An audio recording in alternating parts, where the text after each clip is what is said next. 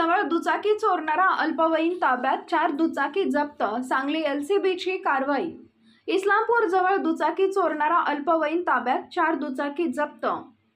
सांगली जिल्ह्यातील सांगली, मिरज, आष्टा आदी परिसरातून दुचाकी चोरणाऱ्या अल्पवयीन मुलास इस्लामपूर जवळ ताब्यात घेण्यात आलंय. त्याच्याकडून 4 गुन्हे उघडकीस आणण्यात यश आलंय.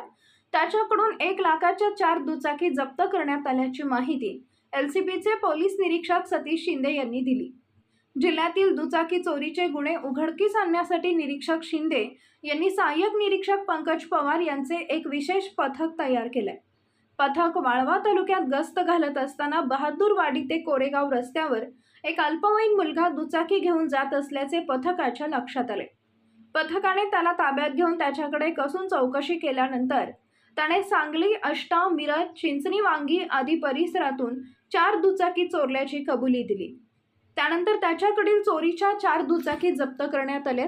एलसीबीचे पोलीस निरीक्षक सतीश शिंदे यांच्या मार्गदर्शनाखाली सहाय्यक निरीक्षक पंकज पवार, उपनिरीक्षक कुमार पाटील, अरुण पाटील, सचिन धोत्रे, अभिजित ठाणेकर, रोहन घस्ते, कॅप्टन गुंडवाडे, स्वप्नील नायकोडे, अजित पाटील आदींच्या पथकाने ही कारवाई केली.